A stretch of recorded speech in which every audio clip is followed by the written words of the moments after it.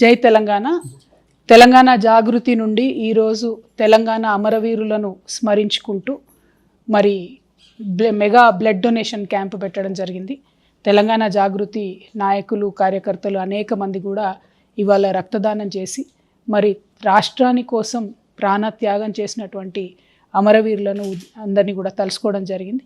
ఈ రాష్ట్రం సాధించడంలో కేసీఆర్ గారి దీక్ష, విద్యార్థులందరి యొక్క త్యాగాలు, అమరవీరుల యొక్క ప్రాణత్యాగాలు, బలిదానాలు, తెలంగాణ ప్రజలందరూ కలిసికట్టుగా చేసినటువంటి ఉద్యమాలు అన్నీ కలగలిపి రాష్ట్రాన్ని సాధించుకున్నాం.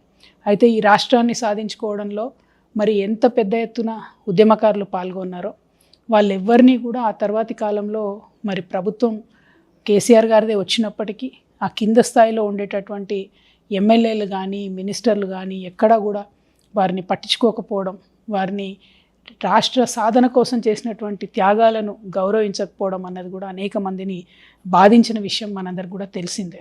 అదేవిధంగా అమరవీరులు చనిపోతే మనమే అన్ని చోట్ల 1200 మంది చనిపోయినారని చెప్పి మరి కేవలం ఒక 540 మందిని మాత్రమే ఆదుకున్నాం. ఆ ఆదుకున్నటువంటి 540 కుటుంబాలలో కూడా మొన్న ఎల్బీ నగర్లో కూడా నాకు అనేక మంది చెప్పారు, మాకు కనీస గౌరవం ఇవ్వలేదు, మమ్మల్ని ఎక్కడా కూడా రాష్ట్ర అవతరణ దినోత్సవం రోజు పిలిచి ఒక శాలువ గప్పలేదు, ఒక గుర్తింపు కార్డు ఇవ్వలేదు అనేటటువంటి బాధ అందరిలో కూడా గూడుగట్టుకొని ఉన్న విషయాన్ని నేను ఈ జాగృతి జనంబాట కార్యక్రమంలో ప్రజల మధ్యలోకి వెళ్ళి తిరుగుతున్నటువంటి సందర్భంలో గమనించడం జరిగింది.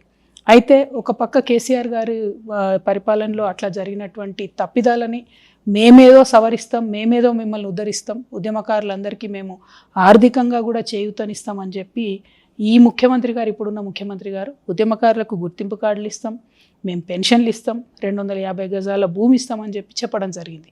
నేను ఇవాళ రేవంత్ రెడ్డి గారిని డిమాండ్ చేస్తూ ఉన్నాను, మీరు చెప్పినట్టుగా ఇప్పటికి 2 సంవత్సరాలు దాటిపోతుంది మీ పరిపాలన.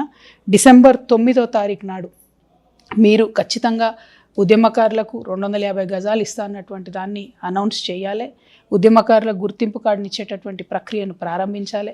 ఉద్యమకారులకు ఏదైతే పెన్షన్ ఇస్తామని చెప్పారో అది ఇవ్వడం ప్రారంభించాలి. మీరు 2 ఏళ్లలో టైంపాస్ చేస్తున్నారు తప్పితే, అప్లికేషన్లు పెట్టమని కాలయాపన చేస్తున్నారు తప్పితే ఎన్నడూ కూడా ఉద్యమకారులను కనీసం రాష్ట్ర అవతరణ దినోత్సవం కూడా మీరు గౌరవించినటువంటి పాపాన పోలేదు.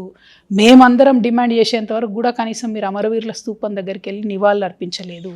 మేమందరం డిమాండ్ చేసేంత వరకు కూడా మీరు ఇంతవరకు జై తెలంగాణ అనలేదు. నేను ఇవాళ ముఖ్యమంత్రి గారిని ఒకటే డిమాండ్ చేస్తున్నా, ఇవాళ మీరు తెలంగాణ రాష్ట్రానికి ముఖ్యమంత్రి అయినంటే దానికి ఉద్యమకారులు చేసినటువంటి పోరాటమే దానికి పునాదిగా మారింది. కాబట్టి ఉద్యమకారులను గౌరవించండి, వారికి మీరు చెప్పినటువంటి వాగ్దానాలను నిలబెట్టుకోండి. డిసెంబర్ 9వ తారీఖు నాడు మీరు ఈ ప్రకటన చేయకపోతే డిసెంబర్ 9 తర్వాత తెలంగాణ జాగృతి భూ పోరాటాలు చేస్తుంది. ఎక్కడెక్కడ ప్రభుత్వ భూములు ఉంటే అక్కడక్కడ మేము ఉద్యమకారులను తీసుకొని వెళ్ళి మరి ఉద్యమకారులకు ఆ భూములను పంపకం కూడా చేయడం జరుగుతుంది. వెళ్ళి ఆ భూముల మీద మా భూమి ఏదైతే దానికోసం మా రక్తాన్ని చెమటను దారపోసి జైళ్ళను లెక్క చేయకుండా, లాఠీలను లెక్క చేయకుండా పోరాటం చేసినామో ఖచ్చితంగా ఆ ఉద్యమకారులకు భూమి చెందే విధంగా జాగృతి జెండాలు కూడా భూములలో పాతుతాం, ప్రభుత్వ భూములలో అని కూడా ఈ సందర్భంగా తెలియజేస్తూ ముఖ్యమంత్రి గారు డిసెంబర్ 9 నాడు మీరు ప్రకటన చేయాలి. చేయకపోతే మాత్రం భూ పోరాటాలు ఈ రాష్ట్రంలో ప్రారంభమవుతాయి. ఆ భూమి కూడా ఉద్యమకారులకు పంచడం జరుగుతుందని ఈ సందర్భంగా మీకు హెచ్చరిక చేస్తూ ఉన్నాం. Thank you. జై తెలంగాణ. జై తెలంగాణ. జోహార్ తెలంగాణ అమరవీరులకు.